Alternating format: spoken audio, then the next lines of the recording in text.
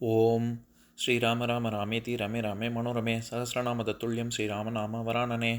உலகம் யாவையும் தாமுழா வாக்கலும் நிலைபெறுத்தலும் நீக்கலும் நீங்களா அழகிலா விளையாட்டுடையார் அவர் தலைவர் அன்னவர்க்கே சரண் நாங்களே. எத்திர எத்திர ரகுநாத கீர்த்தனம் தத்திர தத்திர கிருத்தமாஸ்தகாஞ்சலிம் வாஷ்பவாரி பரிபூர்ணலோச்சனம் மாருதிம் நமது ராட்சசாந்தகம். அஞ்சிலே ஒன்று பெற்றான் அஞ்சிலே ஒன்றை தாவி அஞ்சிலே ஒன்று ஆறாக ஆரியர்க்காக ஏகி அஞ்சிலே ஒன்று பெற்ற அணங்கை கண்டு அயலாரூரில் அஞ்சிலே ஒன்றை வைத்தான் அவன் எம்மை அழித்துக் காப்பான். இன்னைக்கு நம்ம கம்பராமாயணத்துல பாலகாண்டத்துல திருஅவதார படலத்துல 80வது பாட்டு பார்க்க போறோம். என்றன பற்பல இனிமை கூறி நல்குன்று ஊரல் வரிசிலை குவவு தோழினாய் நன்றிகொள் அறிமகம் நடத்த எண்ணியோ இன்று என்னை அழைத்தது இங்கு எம்புவாய் என்றான். இதான் பாட்டு. இப்ப பதம் பிரிச்சு பொருள் பார்க்கலாம். என்றன பற்பல இனிமை கூறி என்று பல பல இனிய மொழிகளை இயம்பி நல்குன்று உரள் வரிசிலை குவவு தோழினாய் நல்ல மலையை ஒத்ததும் கட்டமைந்த வில்லை தாங்கி இருப்பதுமான திரண்ட தோள்களை உடையவனே நன்றிகொள் அறிமகம் நடத்த எண்ணியோ நன்மை பயக்கும் அஸ்வமேத வேள்வியை நடத்துவதற்கு நினைத்தோ இன்று இங்கு என்னை அழைத்தது இயம்புவாய் என்றான். இன்று இங்கு என்னை அழைத்த காரியத்தை சொல்லுவாய் என்று கலைக்கொட்டு முனிவன் கேட்டான். இப்ப நம்ம இந்த பாட்டுல இருக்கக்கூடிய நயங்களை பார்க்கலாம். அதுக்கு முன்னாடி இப்ப நம்ம ஒரு இலக்கண குறிப்பு பார்க்கலாம். அதாவது பண்பு பெயர் அப்படின்னு தமிழ்ல பெயர் சொற்கள் 6 வகைப்படும். பொருட்பெயர், இடப்பெயர், காலப்பெயர், சினைப்பெயர், குணப்பெயர் இல்லாட்டி பண்பு பெயர், அப்புறம் தொழிற்பெயர். இதுல இந்த குணிப்பெயர் அப்படின்னு சொல்லுவாங்க. இந்த குணப்பெயரை தான் குணிப்பெயர் அப்படின்னு சொல்லுவாங்க. இந்த இடத்துல என்றன பற்பல இனிமை கூறி அப்படின்னு இனிமை அப்படிங்கிற பண்பு சொற்கள் இனிமையான சொற்களை உணர்த்தி நிற்பதனால இது பண்பு பெயர். இந்த இடத்துல இனிமை அப்படிங்கிறது சொற்களை அவர் பேசக்கூடிய சொற்களை குறிக்குது.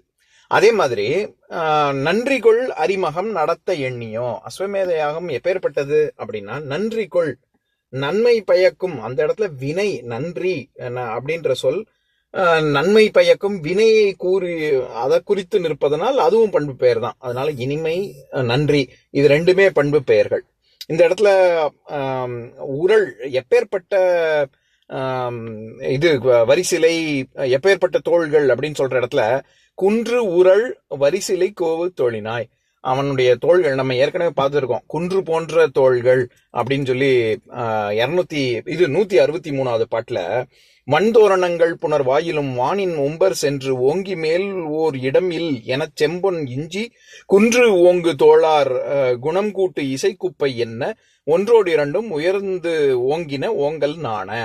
இது அயோத்தி நகரத்துல இருக்கக்கூடிய மதில் சுவர்கள் எப்பேற்பட்டதாக உயர்ந்து இருக்கு அப்படின்னா அந்த ஊர்ல இருக்கக்கூடிய ஆடவர்கள் அந்த நாட்டுல இருக்கக்கூடிய ஆடவர்களுடைய தோள்கள் எப்படி குன்று போல் உயர்ந்து இருக்கோ அந்த மாதிரி மதில் சுவர் இருக்கு அப்படின்னு அந்த இடத்துலயே நம்ம குன்று ஓங்கு தோளோர் அப்படின்னு பார்த்தோம்ல அந்த மாதிரி இங்கேயும் குன்று உரள் வரிசிலை கோவு தோழினாய் அப்படின்னு சொல்றாரு.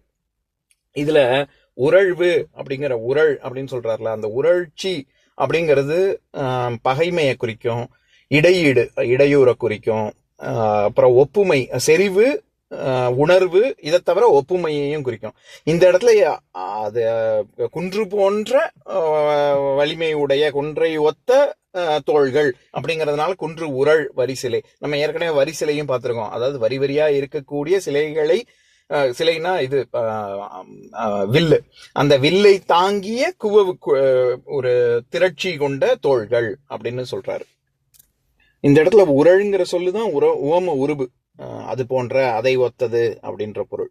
அதே மாதிரி இன்று என்னை அழைத்தது இங்கு அப்படிங்கிறது இன்று என்னை அழைத்தது. அது இடைக்குறைந்து நான் செய்யுள் விகாரங்கள் சொல்லியிருக்கேன்ல அதுல இடைக்குறைந்து என்னை அப்படிங்கிறது என்னை அப்படின்னு வருது. அதே மாதிரி அஸ்வமேத யாகம் நடத்துவதற்காகவா என்னை இங்கு அழைத்தாய் அப்படின்னு கேட்கிற இடத்துல நன்றிகொள் அறிமகம் அப்படின்னு சொல்றாருல அதுல அரி அப்படிங்கிற சொல்லுக்கு பெயர் சொல்லாக அரி அப்படிங்கிறதுக்கு கிட்டத்தட்ட 30க்கும் மேற்பட்ட பொருள் இருக்கு. அதே மாதிரி வினை அரித்தல், நம்ம அரிசிக்கு அறிவதனால் அரிசி அப்படின்னு சொல்லியிருக்கேன்ல, அதுல வினையாக அர்த்தம் கொண்டால் அது 20க்கும் மேற்பட்ட அர்த்தம் இருக்கு. இந்த இடத்துல அரி அப்படிங்கிற சொல் குதிரையை குறிக்கும். ஏன்னா அரிக்கு பச்சை, ஏன்னா ஹரி நம்ம விஷ்ணுவை குறிக்கும் போது நிறத்தை குறிக்கிறதுனால பச்சையையும் குறிக்கும்.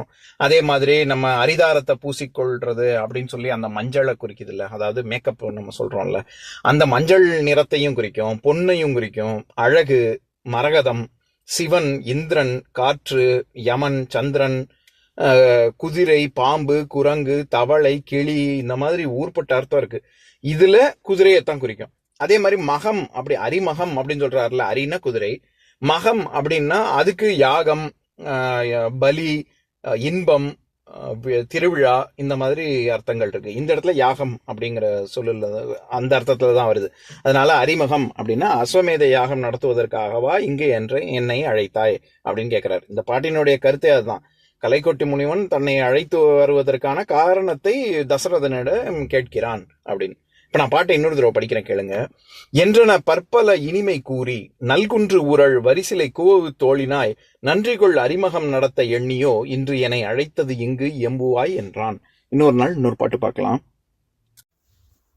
ஓம் சாந்தாகாரம் புஜகசயனம் பத்மநாபம் சுரேஷம் விஸ்வாதாரம் ககனசத்ரசம் மேகவர்ணம் சுபாங்கம் லக்ஷ்மீகாந்தம் கமலநயனம் யோகி ஹிருத்யானகம்யம் வந்தே விஷ்ணும் பவபயஹரம் சர்வலோகைகநாதம்.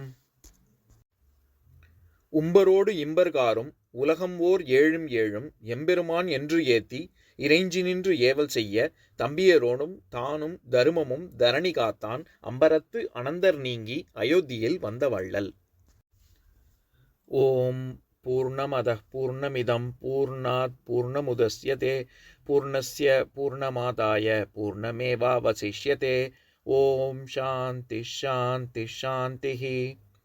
ஓம் சர்வேஷாம் ஸ்வஸ்திர்பவது சர்வேஷாம் சாந்திர்பவது சர்வேஷாம் பூர்ணம் பவது சர்வேஷாம் மங்களம் பவது. ஓம் சாந்தி சாந்தி சாந்திः.